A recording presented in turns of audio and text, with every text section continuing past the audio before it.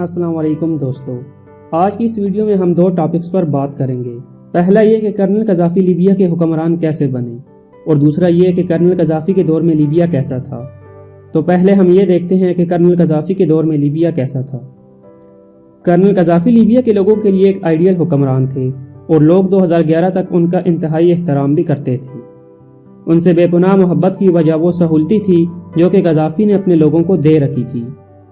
Colonel Gaddafi کے دور حکومت میں لیبیا دنیا کا واحد ایسا ملک تھا جس میں شہریوں کو بالکل مفت بجلی فراہم کی جاتی تھی۔ لیبیا حکومت عام شہریوں کو بلا سود قرضے بھی دیتی تھی اور کوئی بھی شہری کسی بھی بینک میں قرضے کی درخواست دے سکتا تھا اور اسے یہ قرضہ آسان قسطوں پر بلا سود ملتا تھا۔ کرنل قذافی نے اپنے شہریوں کے لیے گھر بنانے کی بے شمار سکیمیں بھی متعارف کر رکھی تھی۔ کرنل قذافی اور ان کا اپنا خاندان خیمے میں رہتا تھا اور ان کا کہنا تھا کہ لیبیا کے تمام لوگ جب تک اپنے گھروں میں آباد نہیں ہو جاتے وہ اس وقت تک اس خیمے میں ہی رہیں گے۔ کرنل قذافی کے دور میں لیبیا کی حکومت نئے شادی شدہ جوڑوں کو فلیٹ خریدنے اور اپنا گھر آباد کرنے کے لیے $50,000 دیتی تھی۔ اس کے علاوہ پورے ملک میں یونیورسٹی لیول تک تعلیم اور ہر قسم کا ملکی اور غیر ملکی علاج بالکل مفت تھا۔ اس چیز کا اندازہ آپ اس بات سے لگا سکتے ہیں کہ کرنل قذافی سے پہلے لیبیا کا لٹریسی ریٹ صرف 25% تھا، لیکن کرنل قذافی کے آنے کے بعد لیبیا کا لٹریسی ریٹ 82% تک پہنچ گیا۔ کرنل قذافی کھیتی باڑی کے لیے کسانوں کو مفت زرعی آلات اور جانور بھی دیتے تھے اور اس سہولت سے ہر شخص فائدہ اٹھا سکتا تھا۔ اس وقت لیبیا میں پیٹرول صرف 14 پیسے فی لیٹر تھا اور یہ پورے خطے میں پیٹرول کی سب سے کم قیمت تھی۔ کرنل قذافی کے دور میں لیبیا کے فارن ریزرو $150 بلین تھے، جبکہ اگر آج پاکستان کے پاس دیکھا جائے تو اس وقت پاکستان کے پاس صرف $4 بلین ہیں، اور لیبیا دنیا کے کسی بھی ملک اور کسی مالیاتی ادارے جیسے کہ IMF وغیرہ کا قرضدار نہیں تھا۔ کرنل قذافی نے دنیا کا پہلا انسانی ہاتھوں سے دریا بھی بنوایا اور یہ دریا $27 بلین سے کھودا گیا۔ دنیا میں انسانی ہاتھوں سے بہنے والا یہ پہلا دریا تھا اور اس دریا کی وجہ سے صحرا کا ایک بہت بڑا حصہ کاشتکاری کے قابل ہو گیا۔ اس کے علاوہ کرنل قذافی نے بڑے شہروں کی پانی کی ضرورت پوری کرنے کے لیے سمندری پانی کو میٹھا بنانے کے بڑے بڑے پلانٹس بھی لگائے۔ یہ پلانٹس پانی صاف کر کے ہزاروں کلومیٹر لمبی پائپ لائنوں کے ذریعے شہروں تک پہنچاتے تھے۔ قذافی کے وقتوں میں لیبیا پہلا اور واحد اسلامی ملک تھا جس میں بے روزگاروں کو بے روزگاری الاؤنس بھی دیا جاتا تھا، یعنی کہ جن لوگوں کے پاس کوئی نوکری نہیں تھی ان کو حکومت کی طرف سے کچھ پیسے دیے جاتے تھے تاکہ وہ اپنا گزارا کر سکیں۔ لیکن دوسری طرف آپ اگر آج کے لیبیا کو دیکھیں تو ہر طرف دہشت گردی ہے۔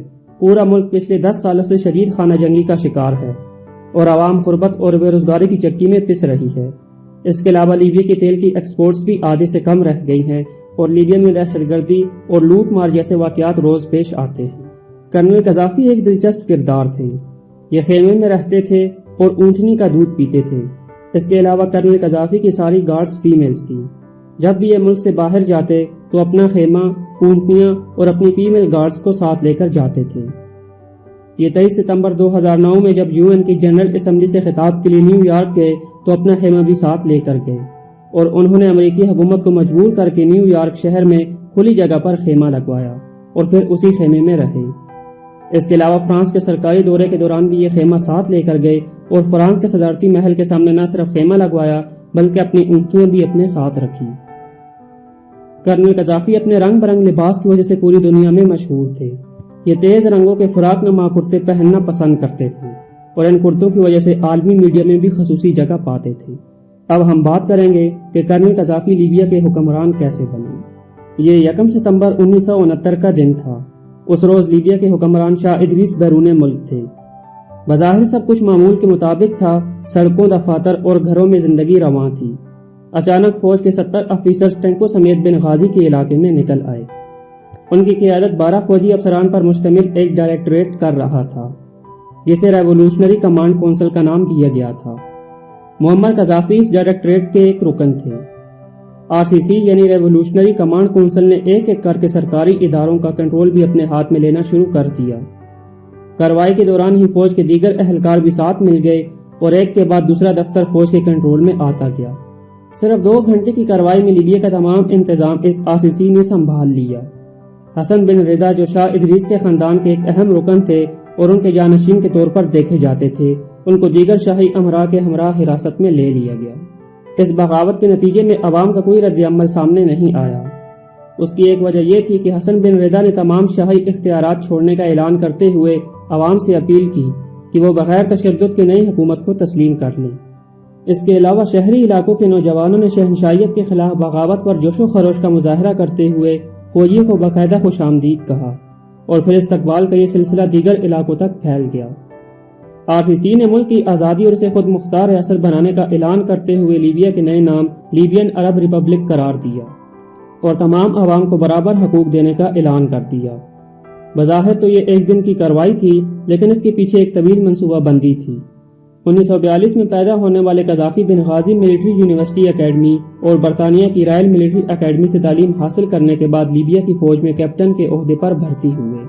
وہ پڑوسی ملک مصر کے صدر جمال عبد الناصر کی بغاوت کو آئیڈیالائز کرتے تھے، جس میں انہوں نے بغاوت کرتے ہوئے اقتدار حاصل کیا تھا۔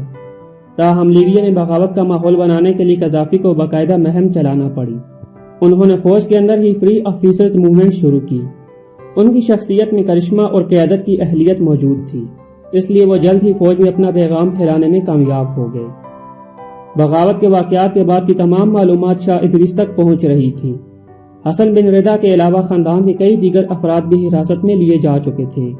شاہ ادریس کو اپنے خاندان کے افراد کی فکر تھی، اس لیے انہوں نے پڑوسی ملک مصر کے صدر جمال عبد الناصر کی مدد سے RCC کو پیغام بھجوایا کہ مسئلے کا حل نکالنے کے لیے مذاکرات کیے جائیں۔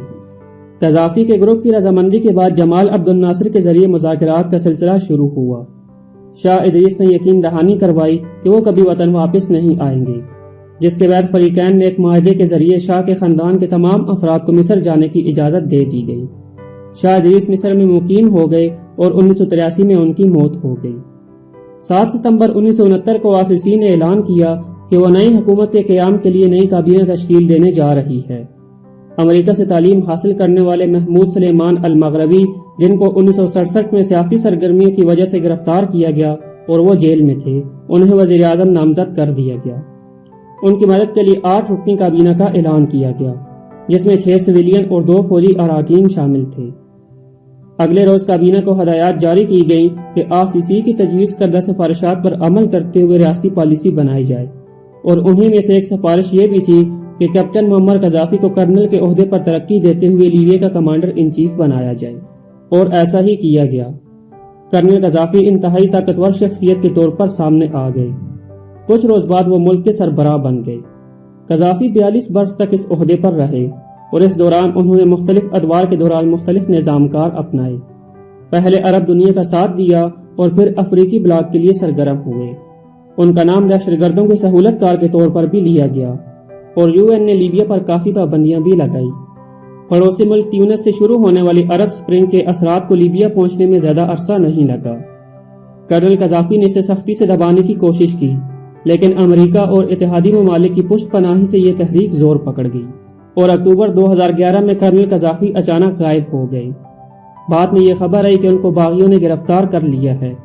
اس کے علاوہ ایک ویڈیو بھی سامنے آئی جس میں وہ خون میں لت پت باغیوں کے درمیان بے بسی کے عالم میں موجود تھے اور ان پر تشدد کیا جا رہا تھا۔ اسی روز 17 اکتوبر 2011 کو ان کو قتل کر دیا گیا، اور یوں قذافی کے دور کا خاتمہ ہوا۔ اسی کے ساتھ اس ویڈیو کا اختتام ہوا۔